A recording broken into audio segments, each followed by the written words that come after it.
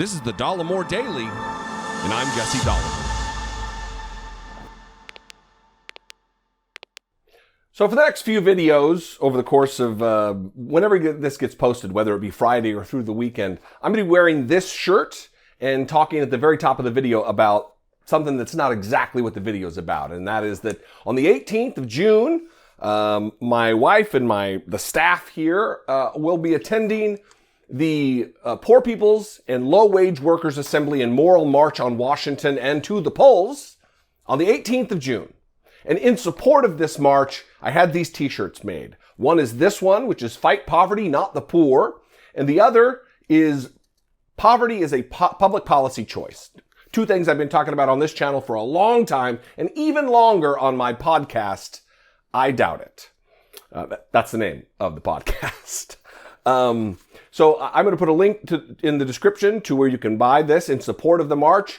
And also, I'll probably pin it in a comment. So anyway, let's get on with today's topic. And that is, on Thursday, the January 6th House Select Committee investigating the events of January 6th and the insurrection, the attempted overthrow of our government, they held their 2-hour inaugural public hearing.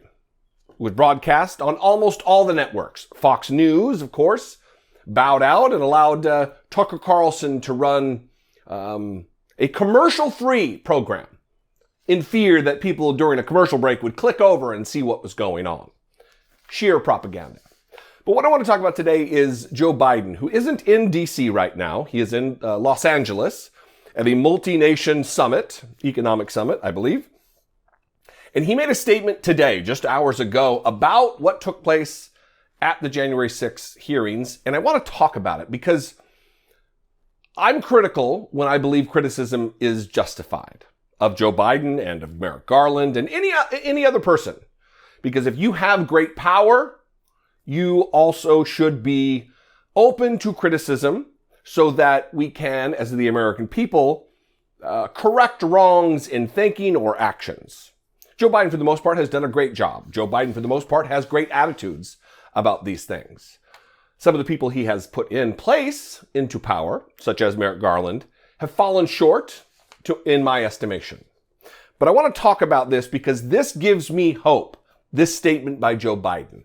This particular thing he said, which I'm going to play, leads me to believe that the people in power to influence the Justice Department, if there is anybody there in power to influence, that they have the right idea about not only the gravity of what took place on January 6th, but also the need for consequences.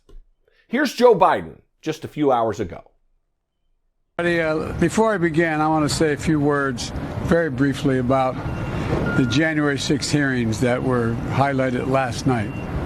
The insurrection on January 6th, one of the darkest chapters in our nation's history, a brutal assault on our democracy, brutal attack on law enforcement, some losing their lives, and we heard about it last night again.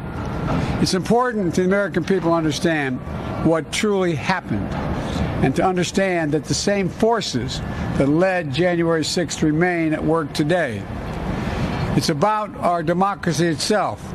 We have to protect our democracy. I know it sounds corny to say it. We're all raised in school. Democracy, every generation has to protect it. I have to admit to you, I never thought that it was going to be this straightforward a challenge before. The rule of law matters in democracies, and we're seeing how the battle for the soul of America has been far from won. But I know together, and I mean this, we can unite and defend this nation, Democrat and Republican, and allow no one to place a dagger at the throat of our democracy. That's what those hearings are all about. You're going to hear a lot more. I didn't get to watch them last night because I was doing other business. But I tell you what, there's a lot going on. One, and first of all, it does not sound corny to want to protect our democracy, Joe Biden.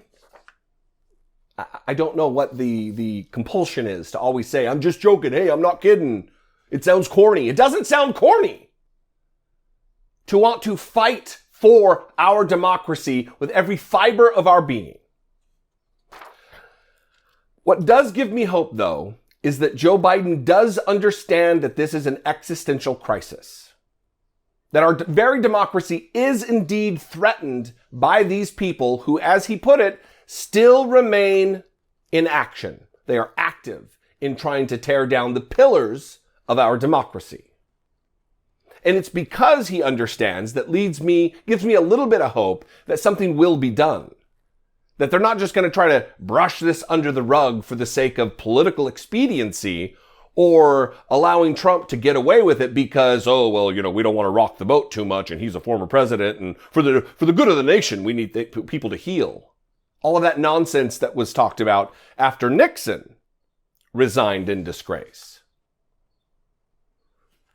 So good on Joe Biden. Hopefully, there is a trickle-down effect where it relates to the Department of Justice.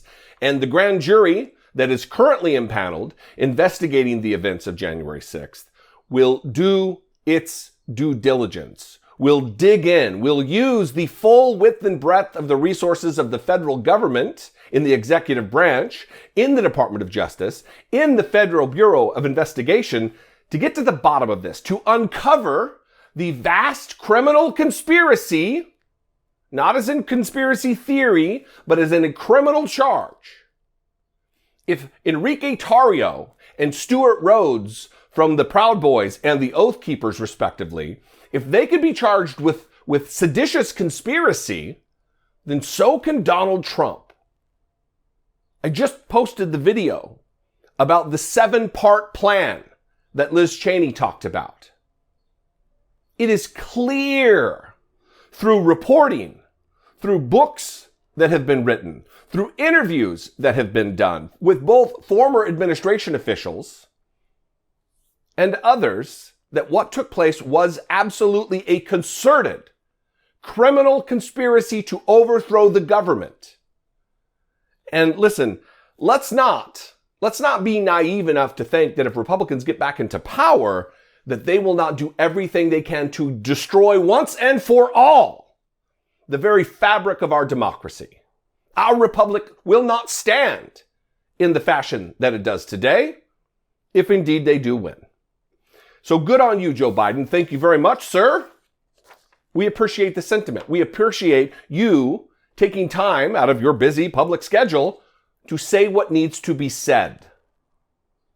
What do you think? I'd love to know. You can call, leave me a brief voicemail, 714-576-4054. Of course, you can email me daily at Dollemore.com. I appreciate all of your communication. Every morning, I spend a large amount of my time drinking my coffee and going through and listening to and reading emails, listening to voicemails and reading emails. They are greatly appreciated. Follow me on social media. We can mix it up there. I am at Dollemore just about everywhere. Instagram, Twitter, TikTok. And if I bring you value, if I do something for you that you appreciate, please consider supporting my work, helping produce what I do here.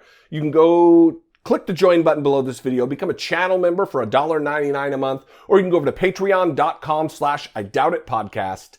Both those are great ways to support the channel and my work and help produce what I do here. You can also buy the merch.